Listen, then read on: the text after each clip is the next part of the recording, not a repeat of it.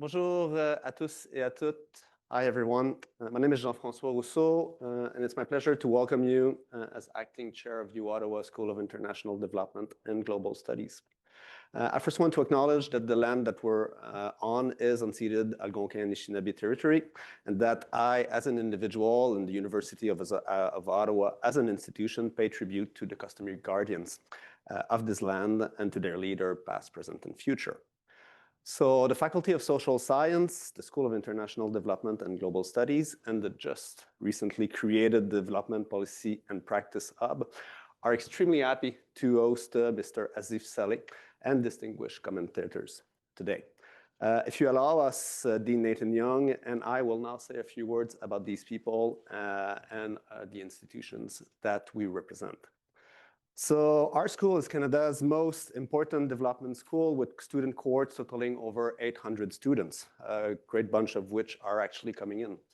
Our BA, MA, and PhD programs espouse a theory of international development that emphasizes the minimization of inequalities, the peaceful resolution of conflicts, respect for diversity, and an appreciation for citizen engagement.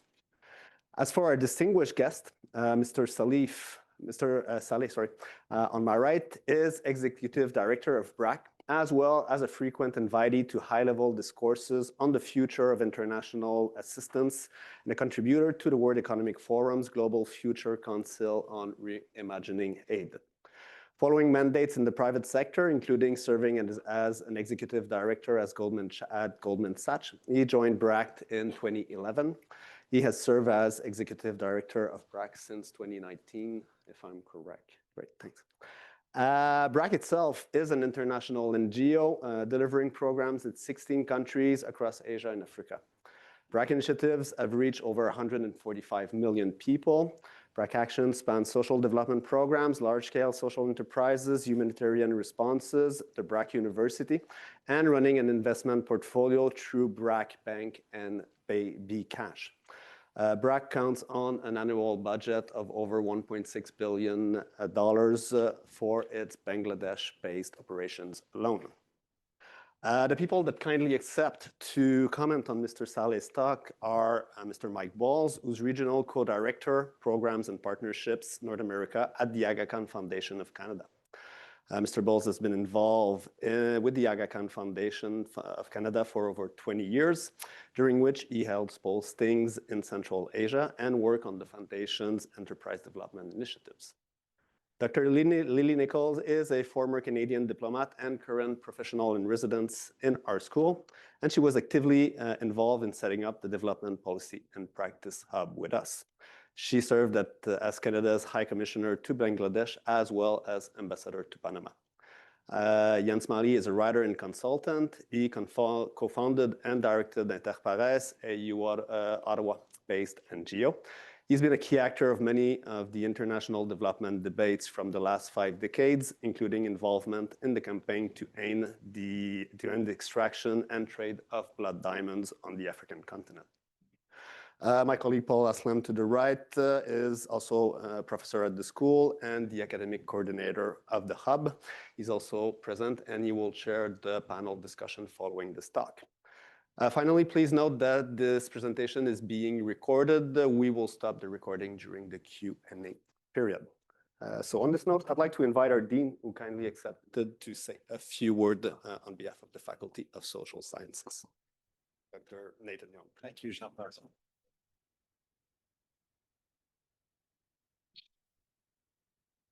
Give me while I...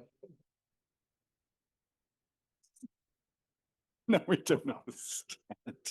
That's next budget year.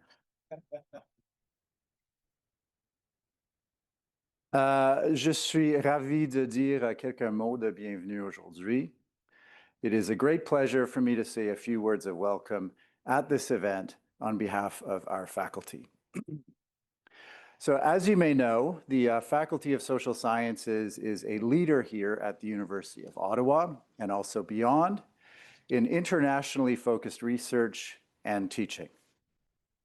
Our professors and students come from many countries, and their presence in our schools, in our departments, and in our programs enriches our work and broadens our perspectives.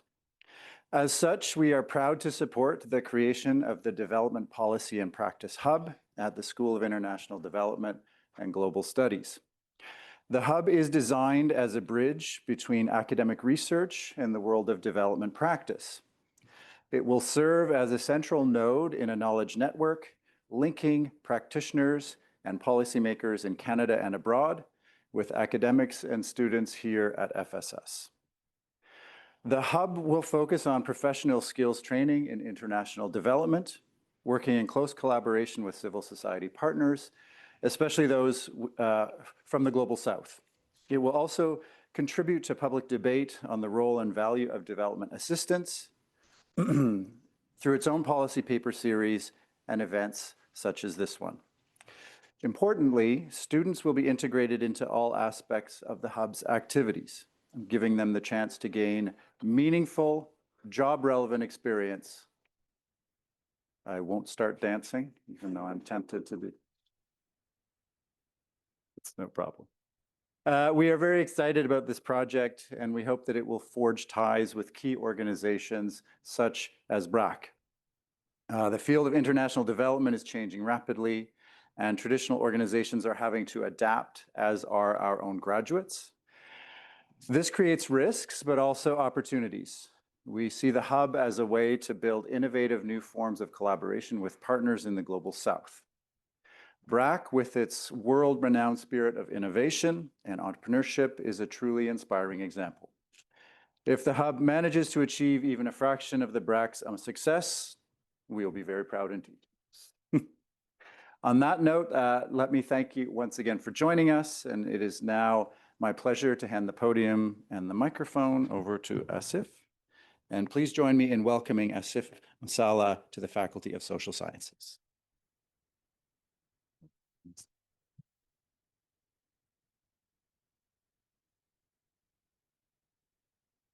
Thank you. Thank you so much.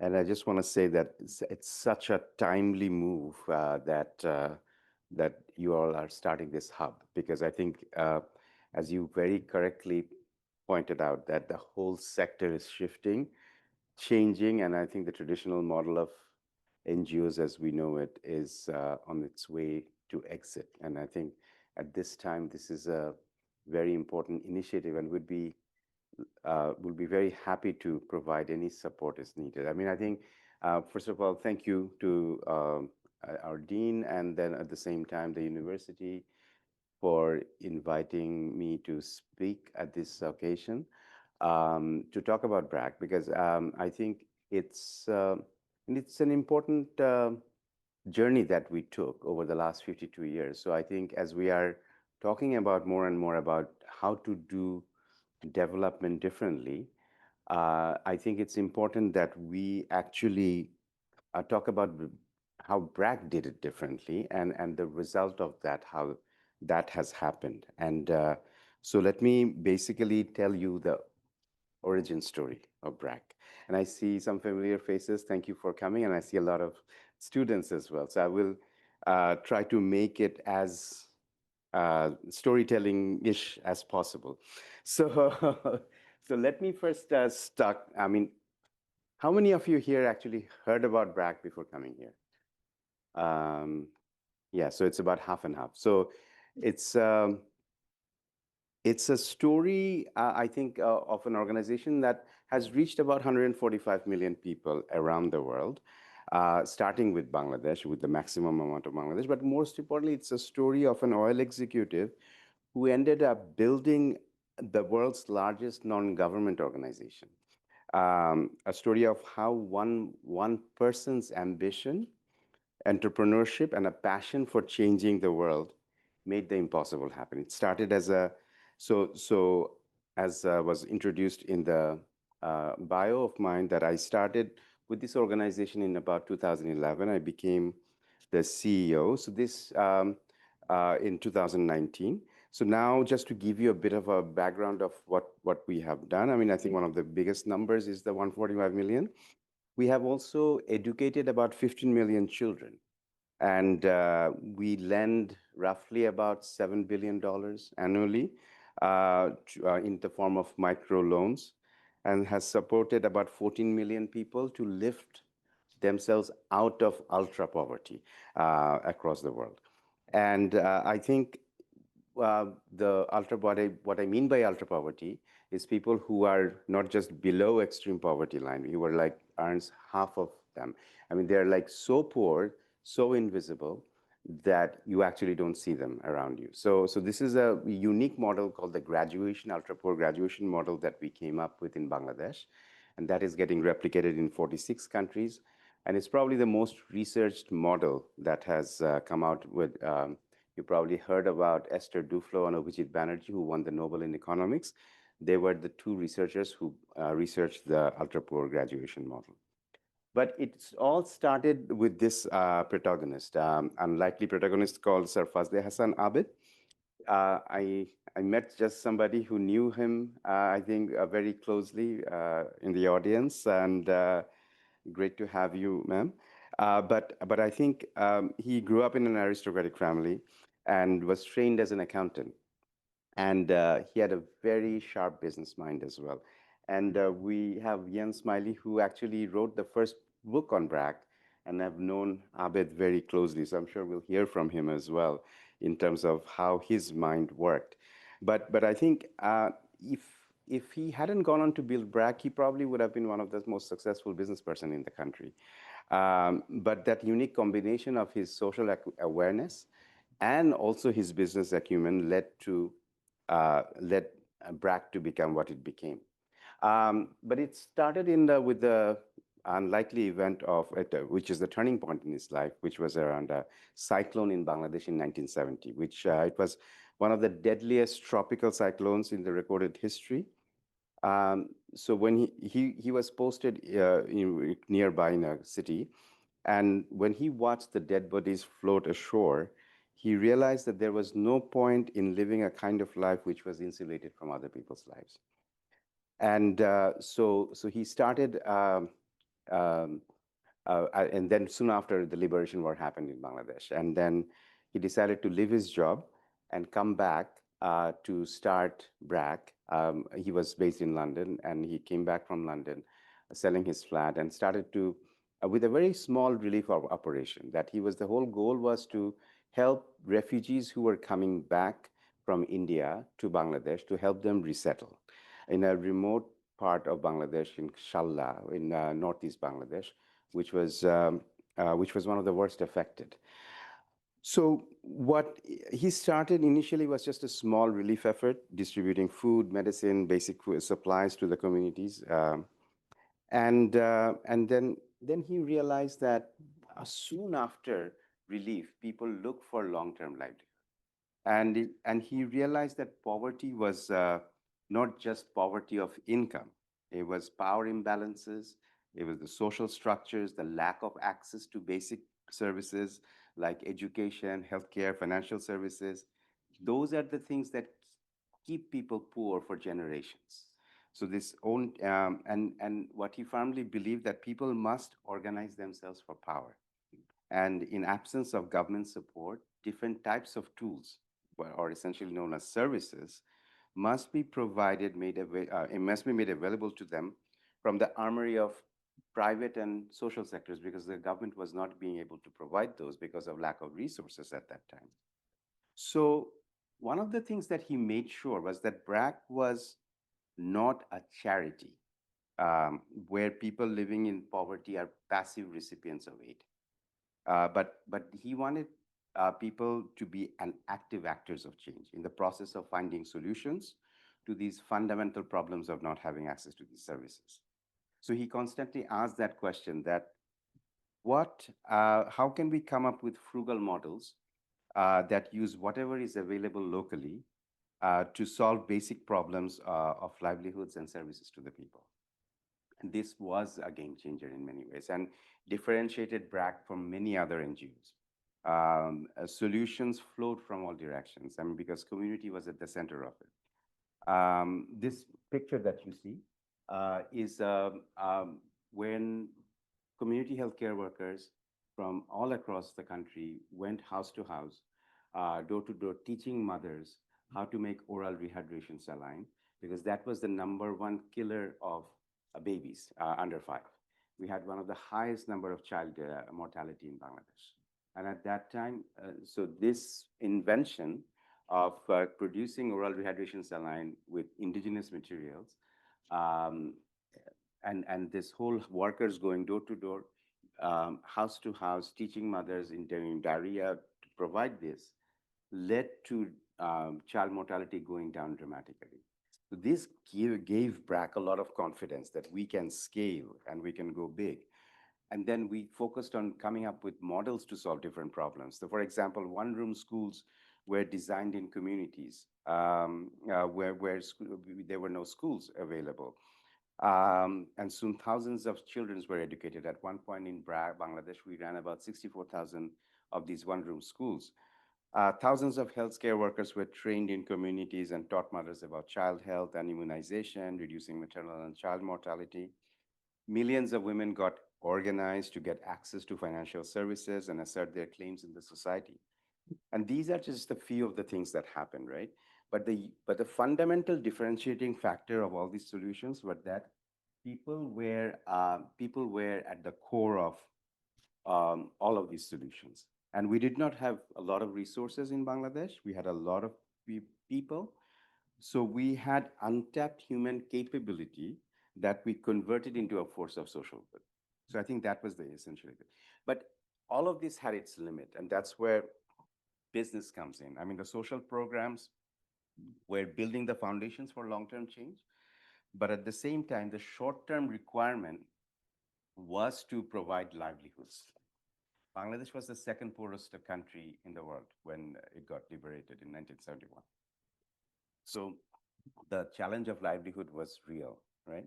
So, and these types of long-term support did not work in terms of livelihood generation. So, and I think, so for example, farmers who bought cows using microfinance to sell milk for income generation did not have markets big enough to sell the milk and quickly had oversupply. Women who were making crafts at home did not have places to sell them to get better prices. And even if they could sell them, they were not getting paid quickly enough to sustain themselves. Farmers did not have access to better quality seeds to improve the productivity of their yield. So the new kind of activities that was being introduced in rural economy in Bangladesh, they required market access. And things like poultry, fisheries, all of these that were introduced, we required new markets and ecosystem to support them. So there was no private sector at that time. So then that's where BRAC stepped in to provide some of these market linkages. So BRAC Dairy started organizing farmers and investing in building a cold chain to sell their milk in the cities. Arong, a very well-known brand, and Lily, you're wearing a Arong, Arong craft, and as social enterprise to sell crafts to upmarket urbanites, and began organizing artisans and created an aspirational brand that would grow the demand for local crafts and become a fashion and lifestyle powerhouse. Then BRAC Seeds and Fisheries became household name for farmers' homes because of their reputation for quality. And the many different streams of BRAC started reinforcing the impact of each other. So these were social enterprises that that were started, right? At that time, we called them program support enterprise because it was the whole idea was to support the livelihood generation of people and scale them. So where are we now? So if you fast forward 53 years down the road, now the small relief organization that started has become a comprehensive solution ecosystem. It comprises large-scale social development programs like education, health, and others. And then we have about 11 large social enterprises. We have, as I mentioned, a few of them. We run the largest dairy chain, largest seeds chain, a seeds company, largest lifestyle brand. These are all social enterprises. We have various investments that we have made. Like, for example, BRAC Bank was set up as a SME bank to support small and medium sector enterprises, so which has now become the most profitable and largest bank in the country, but at the same time supporting 47% of their portfolio are SME portfolios, which is unheard of in Bangladeshi banking sector because they support mostly corporate account holders. But and again, like like microfinance in the BRAC banks case as well, while the corporate in many banks who focus on corporates, their default rate is 40 to 40%, while BRAC bank has the lowest non-performing loan default rate as well, because its portfolio is diversified. And so there are a number of these various investments like technology companies, IT companies, mobile financial services like Bcash and all of that, which has grown quite significantly. And then we have a university as well. BRAC University is now the largest private university in the country, but it aspires to become a center of excellence for knowledge generation from Global South, not just for Bangladesh, but the entire Global South, and very eager to forge a lot of partnerships with international organizations in the Global North and Global South as well. So I think it is now, as the slide says, that a constantly evolving constellation of organizations that has the same ethos. But the mothership, which is the not-for-profit organization, continues to kind of core function at the core purpose. And as a result of all of this, I think, in a sense, with all these changes that are happening in the social sector, we are much more insulated in terms of our financial independence, because I think we are not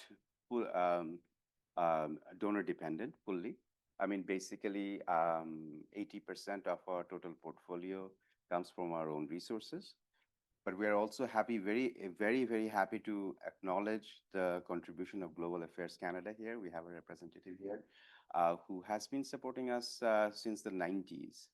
But about 5 years ago, we formed a strategic partnership where they provide us core funding to support our BRAC's own strategy, which is also quite closely aligned with Global Affairs Canada's core principles as well. So I think, and one of the reasons I'm here is to not only kind of continue our conversation with Global Affairs Canada, but also kind of expand our partnership with Canadian organizations, universities, private sector NGOs and stuff in any way we can, because a strategic partnership, just like the solution ecosystem, should also expand into different areas, just like, because Bangladesh's needs have evolved, and BRAC is just not in Bangladesh anymore. BRAC is now expanded into 14 other countries in Asia and Africa, and looks to expand with this model in Africa as well.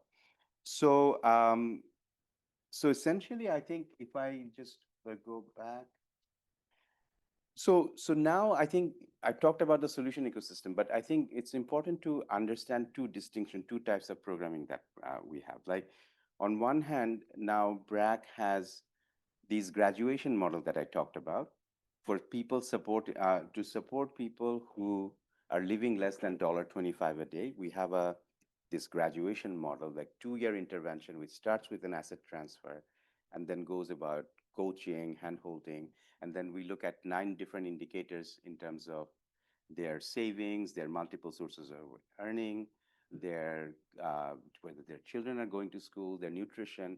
There are about 9 indicators, and 2 years later, we see whether these 9 indicators they have achieved, ticked off. And then if they achieve those 9 indicators, we say that they have now graduated from ultra poverty to go into a ladder where they are on their own. So just to give you an example, like 9 years later, London School of Economics did a sampling research on these like cohorts who graduated about 9 years previously. The researchers have shown that not only they have not regressed back, they have gone from strength to strength. So essentially, this is a model now we have taken to various governments, and now I'm telling them that this is an investment on human capacity. So rather than having a social protection model, which is continuously focused on giving monthly allowances, this model is far more dignified. And this model is an investment. So you invest one time over a 2-year period, and then they're on their own. They become an active, important, productive part of the economy. And then governments have responded. Now we have this model, as I was saying, in 46 countries. And in fact, the largest rollout of this model is not by BRAC anymore. We take about 100,000 families every year to graduate them, but the largest rollout actually happening in India, uh, led by state governments and supported by local fund mobilization. So it's and we have a group of people who works with governments now to strengthen their social protection. So while we have this, then we also have these social enterprises like our own, which now supports about 75,000 artisans who are linked with the, because it has become one of the largest brand in the country, which about 30 different stores, annual turnaround of revenue of about $150 million. But most importantly, supports about 75,000 artisans who would otherwise not have a job around the country. So this is also the power of business aligned with a social mindset. So I think that's so these are the two different types of approaches the BRAC has now. So what is the fundamental message here? I mean, I think the fundamental message, as you can see from all of our big numbers, scale is very important. Ambition is very important. Our founder used to say that small is beautiful, but large is necessary. So for us to think big, was always that any model we basically come up with, we actually test it for scale. So we call it, or we pilot it, we perfect it for scale and trim the fat and look at what are the most essential components of the model that needs to be there. And then we scale it up over a period of time. And scale has different pathways, right? So, but more for now, I mean, what does it mean for the broader context? I mean, I think we know, all of you know, particularly the younger generation who's here, that we're not a very nice time in the where we are in terms of global challenges, right? So in a way, the climate challenges are all we are aware of, all around our doorsteps. We have extreme poverty. 700 million people, or almost 10% of the global population, are now living on less than $2.15 a day. Pollution, climate issues, they're all around us. And the other thing that is unprecedented is we have unprecedented wealth that has been generated as well in this world. But unfortunately, the richest 1% has more wealth than the bottom 95%. So it's not that we don't have enough money to take care of the poverty situation. We do have the money in this world. It's just not being allocated in the right place. So corporations are increasingly wealthier than many countries' GDP. And but the resources to solve the problems are there, but the will is missing, essentially. But so I think, in a sense, going forward, what do we need to do? We need to think and act very differently. And I think, in a way, social sector, many of you probably aspire to go to this sector. You have to think very differently, because the fundamental model of financing the NGOs, that's essentially going as more and more countries are looking inwards. This ODA model is not going to sustain. So essentially, but I think as a sector itself, there's a lot of introspection needs to be done as well. So we have a few things that we wanted to kind of talk about in terms of this whole concept of doing development differently. Because I think, in a way, when we look back, we have been talking about doing development differently for some time, but part of the reason has been that there is a lot of duplication in this sector. There is a lot of wastage in this sector as well. And I think taxpayers rightly are asking that question, that, is it being efficiently used? Is the money being efficiently used? Is the money going for the right causes? So I have about 10 things I wanted to very quickly go through that from one of our kind of reflection. I think one of the things we need to look at very closely is that there are a lot of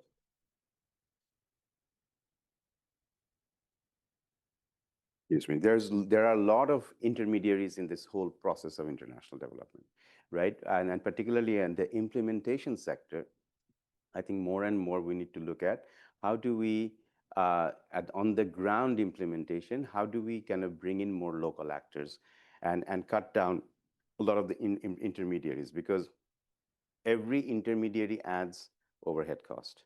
And that means that $1 less going to the ground. So we need to ensure that, because we do not have that luxury of having a lot of aid money. I think every dollar is very important. So we need to get how to maximize the use of that dollar to go on the ground for the causes. We we wanna localization is very important. I think people who are closest to the problems has the best solutions. So I think local actors will need to play a much bigger role than traditional international actors. I think we need to. There are. I'm not saying they're going to be completely cut out, but there are specific value additions that they're going to bring in. But I think it's also very important that we just don't do this from a perspective of now there's a trend of a lot of the international NGOs are going to global south countries and saying that, hey, we are registered in Africa, we are now an African NGO. So it's very important to understand that we don't fund because the zip code, because they're there. I think it's more the approach that is very important, right? So, and what do we mean by the approach? You know, how do you develop program? How do you do the program design? How do you embed the community in it? How do you link up the community in it so that it's much more homegrown, and whether you are there or not doesn't matter, but the capacity stays within the community. Then I think we create a lot of silos ourselves. I mean, there's a lot of all these things that, you know, if you join the development sector, you will see that, oh, even in just global health has different, for every single disease, there's a whole different sort of verticals where different sets of funder, different sets of NGOs that actually work. You know, how many UN organizations are there just to do fund different streams? I think these are from a household level, these are silos, don't exist. I mean, I think, you know, every issue is connected. So if you have a health shock, you spend a lot of money and you get poor, you become poor.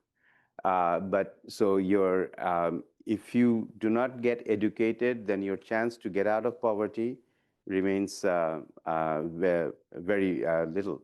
So essentially, all of these issues are connected, right? So how do we link up more? How do we integrate more and more? I think that's one of the key challenges.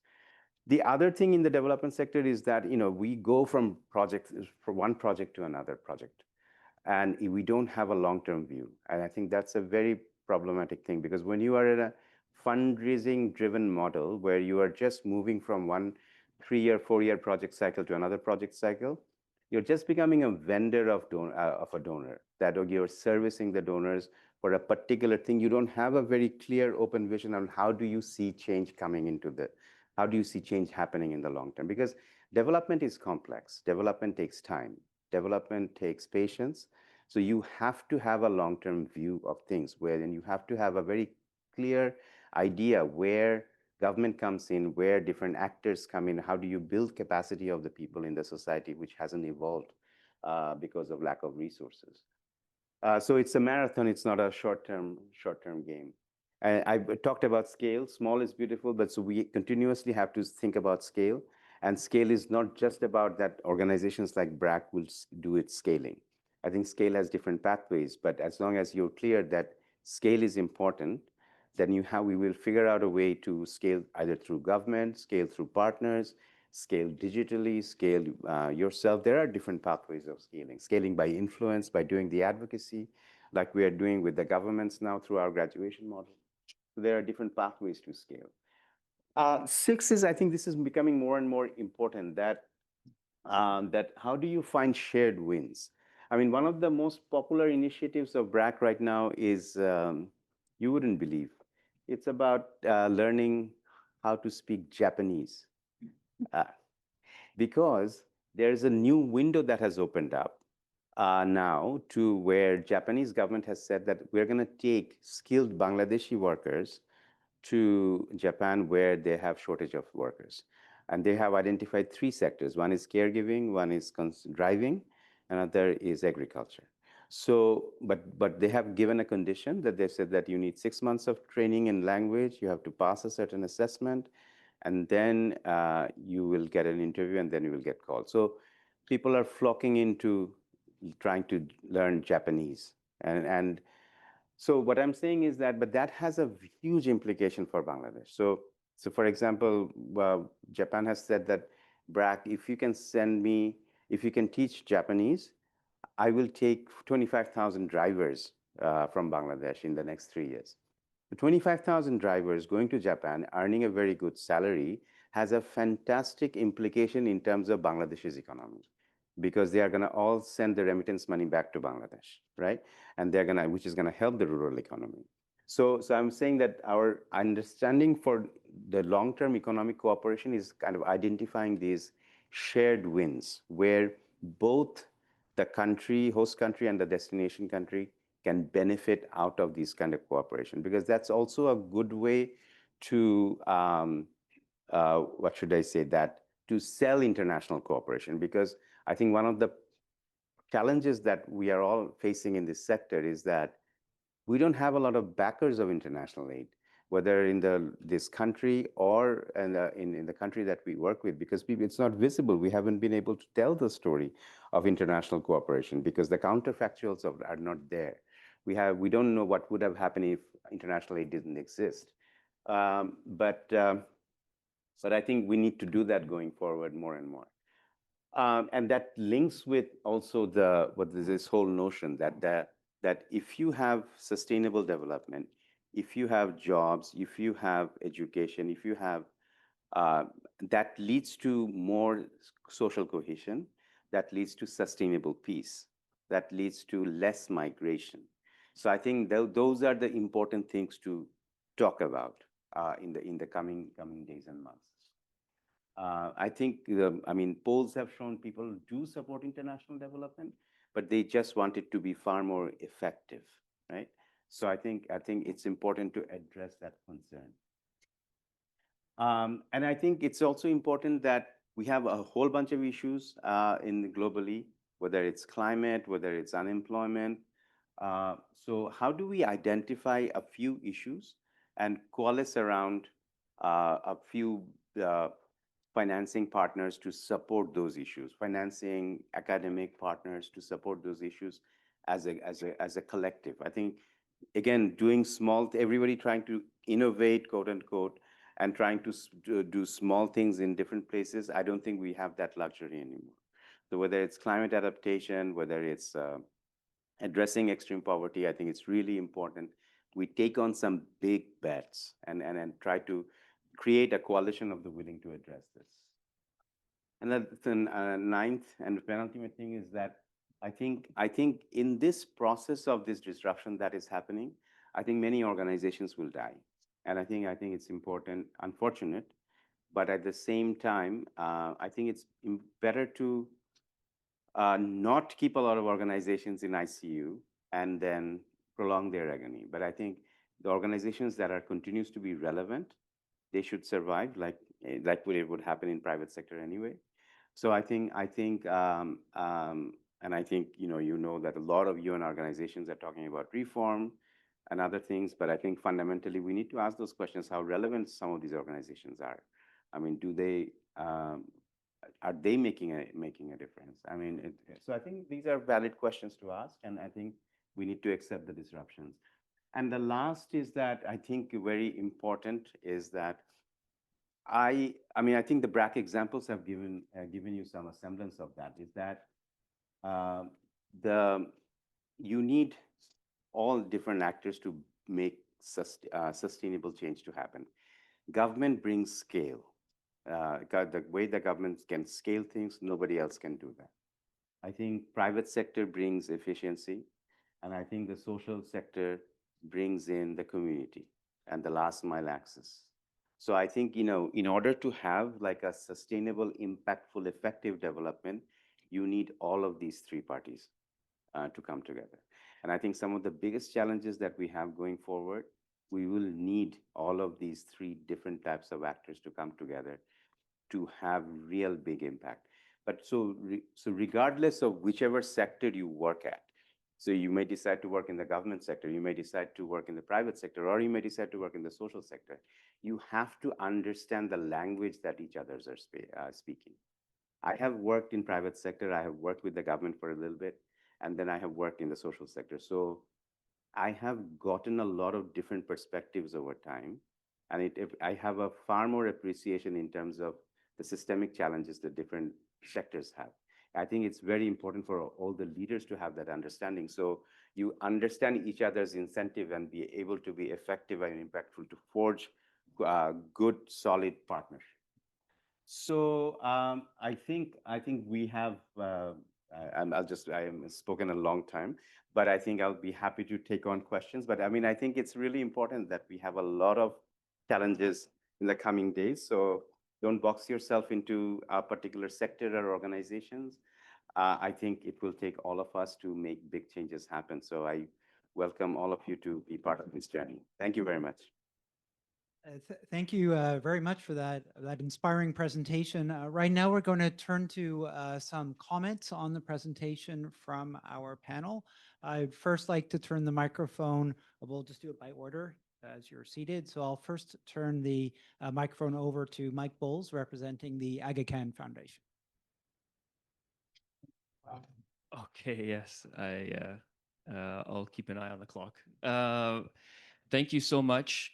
Asif, amazing, really, really inspiring. I've always been, a huge fan, and I'll use a little bit of my time on that about BRAC, and an honor to be on this panel. So thank you. I've been with the Aga Khan Foundation for 20 years, including over 10 of which was in an economic role, and I was fortunate to spend some time in Bangladesh, which I just want to remark briefly on, as I think about what really for me are the transferable lessons of the BRAC journey for everyone else in the room and all of us at this time when the aid industry is obviously in shock, right? And there's been really a collapse of major donors and so forth. And how do we now become more efficient and more effective? What have we learned over the many decades? Who's going to emerge out of this? What types of programming will we have?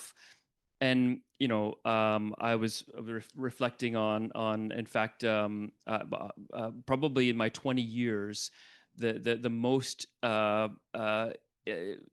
the most useful trip report I ever wrote. In fact, there are people in the organization who still remember my trip report was because I was in Dhaka. We were going to go to the field, but there was nationwide strikes. And I was stuck in Dhaka, and BRAC hosted us for 5 days, and we got to meet all sorts of directors and leaders. And I knew already BRAC was well known as a learning organization. That there had been remarks, I think, over 40 years ago of BRAC as a learning organization when the term was brand new. And that came home so strongly in the people we met, in the different divisions that were created, and the constant reflection and refinement of programming. And I think that that learning organization, and you can read all about it, of course, today, I think I would take as a critical takeaway in the BRAC story of constant openness about failure and what you learn from that to improve your programming. And I think a lot of that comes from another important point, which is the business DNA in the organization, from its founder through and through. And you hear about social enterprise, you also hear about investment, which provides a lot of stability for the organization. And that commercial DNA is actually all the way down into the really ultra poor programming, where it's like every dollar, how can we refine this from an $80 program to a $75 program to a $60 program over years and still have the same outcomes as we go? And so those pathways to scale is very interesting. It's thought about in business. How do we scale these products and services and market channels and different client bases? And similarly, I think that idea that an ultra poor program, is not going to be a self-reliant business. However, one can scale it more efficiently and effectively by reducing costs to a point where governments can pick that up and pay for it, and they can justify investing in those things. So I think that kind of business DNA, learning how to scale, is another one.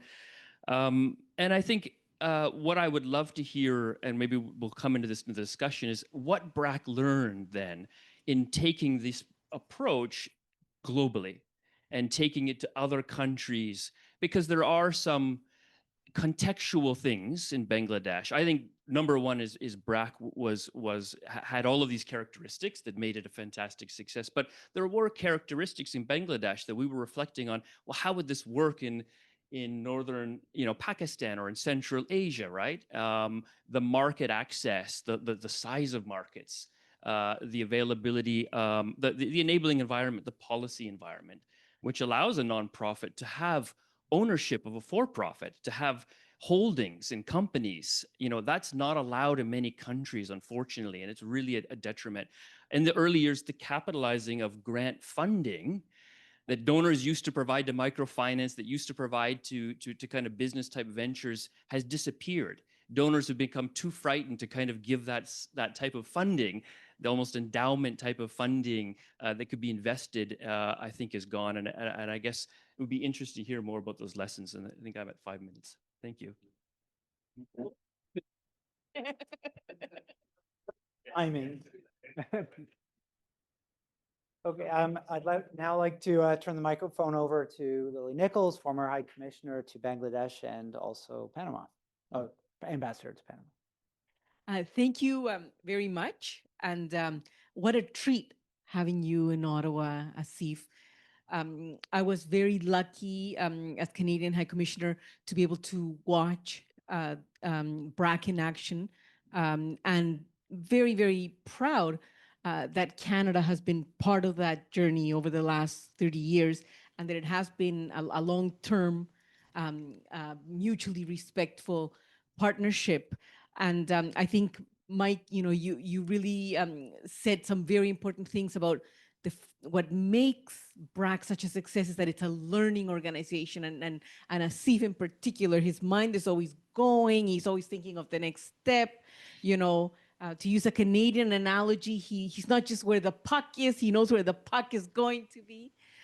And I saw this a lot on the ground. So for example, I saw how people like Dr. Morsheda delivered babies in a 2-room clinic in the Coral slum, or how the children, were going to school, again, in 1-room classroom, and the women's savings groups in the rural communities, and how just by going slowly, saving a little bit of money, buying maybe a goat, then maybe graduating to a cow, how that would empower the women in those communities.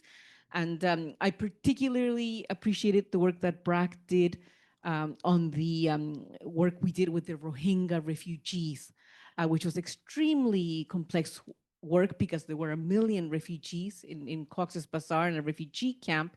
And BRAC was a key part of what we call the localization effort. So not just relying on humanitarian responses from the international community, but bringing in, and BRAC was part of this, local NGOs to deliver, and showing in the process that it could be done more effectively, more efficiently, and also showing that livelihoods was possible for the refugees.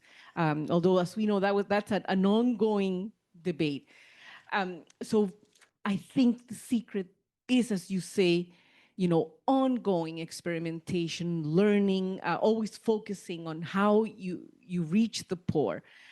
The question I have for you, Asif, is at some point, can you become too big? How do you avoid becoming the shadow government, or duplicating the role of government, or becoming the intermediary yourself? How do you avoid that? And how, in addition to delivering those services to the poor, how do you strongly advocate and pressure those governments for greater investment, engagement, and accountability to their own people? Thank you.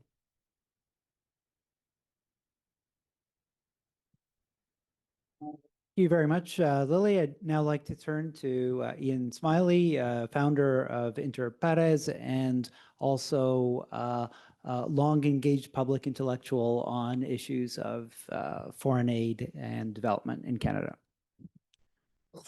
Thank you very much for having me, and thanks, Asif, for coming here to explain, to tell us more about BRAC and what it's doing. I thought I would go back over some of what you said, because I've been very fortunate to know BRAC since the beginning, when it was literally just three guys in an upstairs bedroom thinking about how they might do, how they might move from a relief operation to a development operation.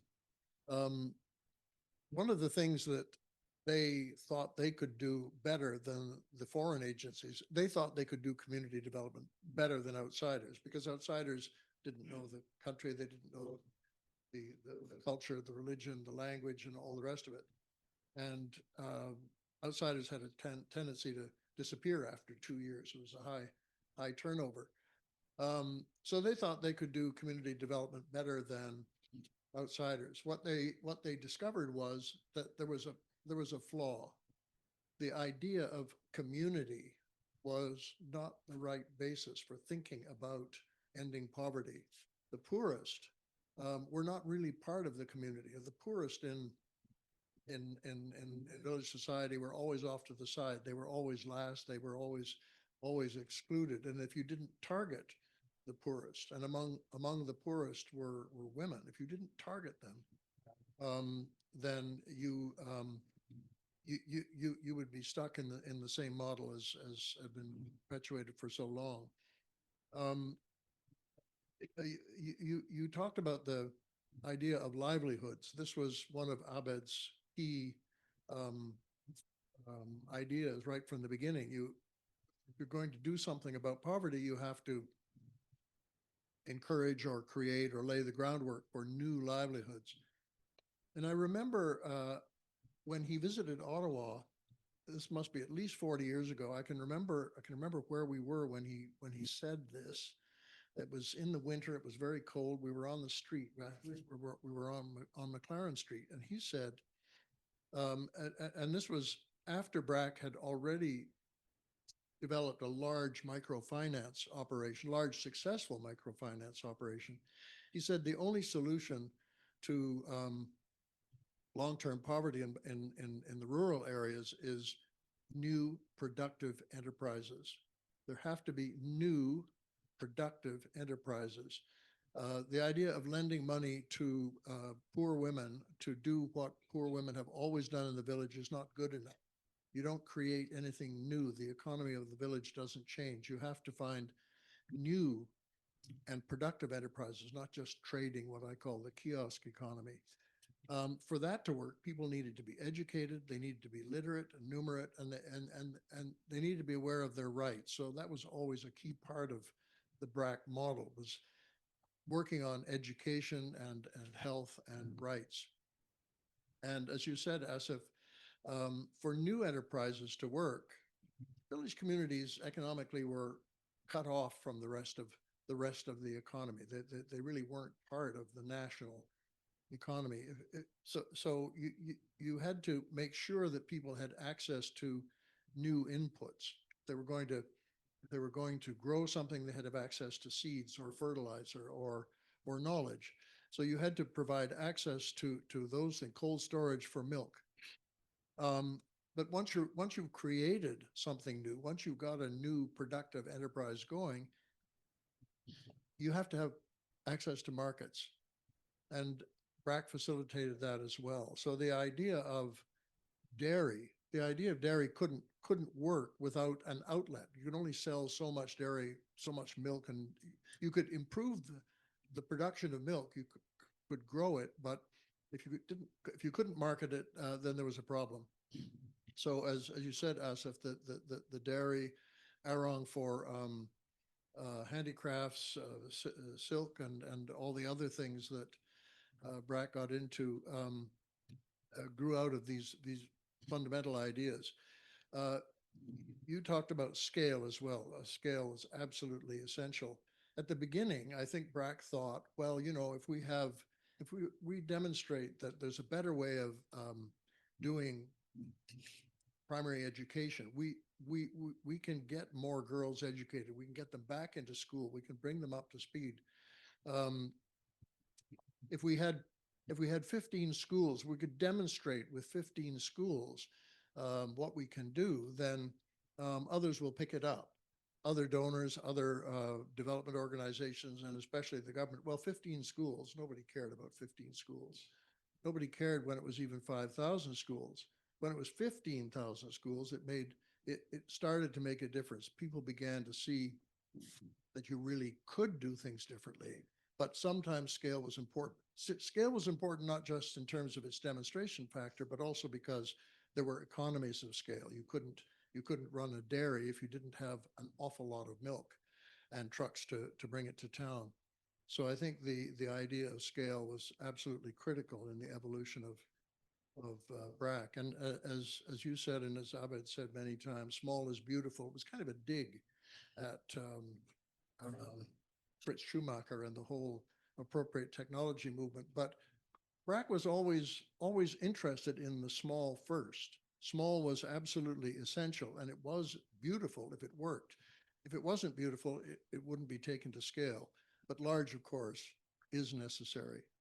I think the paradox of BRAC is that it's now such a big organization. It's amazing that half the people in this room hadn't heard of it before today, because it is the biggest development organization in the world by far, but by almost any measure in terms of its finances, its employees, its reach, its success, all the numbers. But it's always interested in the small. It's always been interested and able to work at the most basic level in Bangladesh and in the other countries where it works. You know, if BRAC had never changed, if it had never done another thing after 1980, it would still be regarded as one of the biggest success stories in international development. If it had never done anything after 1990 or 2000. But and you've talked about it, the constant investigation and learning, research, questioning, refinement, all of that helps to make new opportunities available and finding ways to do development differently, our title today. So thank you for coming and being with us. Thank you. So I'm happy to take more questions, but I just want to quickly address a few things. I think but there was one book written by Catherine Lovell about in the early 90s. I think at that book, it was about BRAC, and she said that every 5 years I come back to BRAC, it looks like a new organization because it's constantly going through changes. And I think this whole idea that the founder used to say that if BRAC doesn't stay relevant, BRAC is a social organization, it has to solve social problems. And if it doesn't solve changing society changes, so social problem changes. So if it doesn't evolve with the social society, then it should cease to exist. It will become irrelevant. So I think as a result, I think what Lily referred to, I think is very important that while we are also doing things at scale, but we are all continuously as an organizational DNA, we are looking at areas where private sector is not coming in or public sector is not being able to be successful. So where are those gaps? I'll give you one example that about last year, we started a community tourism initiative because we are looking in Bangladesh, our ambassador knows that I think our job creation for young people is now the most important thing. And for that to happen, just like in the 70s, we did a lot of these new productive economic enterprise development, like fisheries and poultry and other things. We are looking at now what are the new productive development, sector development we need to do in 2025. This is not you can't do the traditional ones anymore. And we looked at tourism as being an important one where you can do a lot of sector development work, like creation of tourist guides, in building the ecosystem, giving people the experience, creating demand for good experiences. So these are areas where private sector would not typically invest for long term. They will just want to do the short term ROI. But we are building capabilities along, and with no intention of making any profit in the near future. It's a loss-making enterprise, but it probably will. But through this process, we want to develop the sector as a whole. Give just like Arong for the first 15 years, it didn't generate any profit. But then over time, I think with scale and experiences, and I think consumer taste changing, that's gonna happen as well. So I just wanted to give that examples because there are a lot of different things that happening. And when we were doing our branding exercise, I think one of the things that was thought about, going back to Lily's question, that are we too big? I think at some point, obviously, I think we need to make a decision in terms of what makes sense and what doesn't make sense to continue. But I think governance-wise, things are quite separate. BRAC and BRAC International are two separate entities. We are in the process of starting to move the enterprises outside the BRAC as well. So I think we're trying to de-risk also in terms of structurally what is the best mechanism to look at it. But I think in terms of I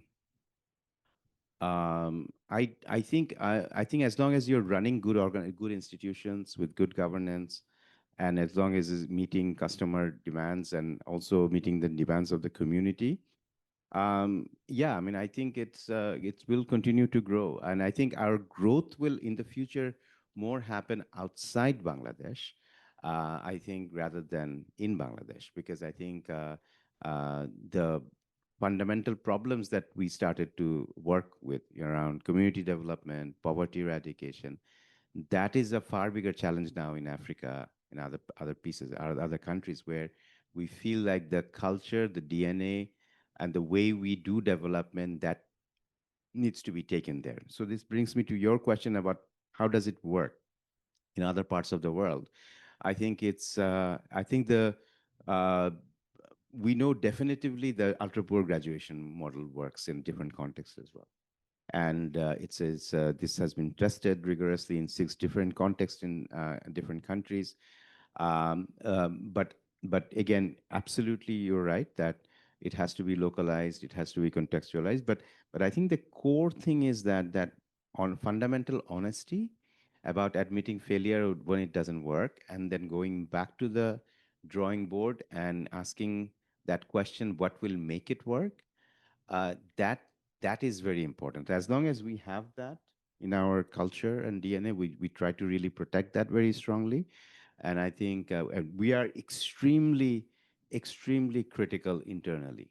And I think one of the feedback we get continuously is that, and that is true for me as well when I was working under our founder, is that I don't think it's a good thing, is that we don't do a lot of recognition in terms of, oh, you did a great job. Because we're like, okay, so what's next? What's next? It's a very ambitious, but how do you do better? How do you, have you tagged the research work? Have you evaluated what's the monitoring report says? So I think that rigor and discipline, and then the hunger is very important, and it's built into the culture. So I think BRAC International is about 22 years old. So absolutely right, being a Bangladeshi organization, doing things in Bangladesh, and with the kind of support in terms of regulations we got from the government, Bangladeshi scaling was a much easier proposition. It's going to be more difficult outside Bangladesh. But I think but we have trust in the model. So we'll see. So we'll be happy to take any questions from the audience as well. Thank you.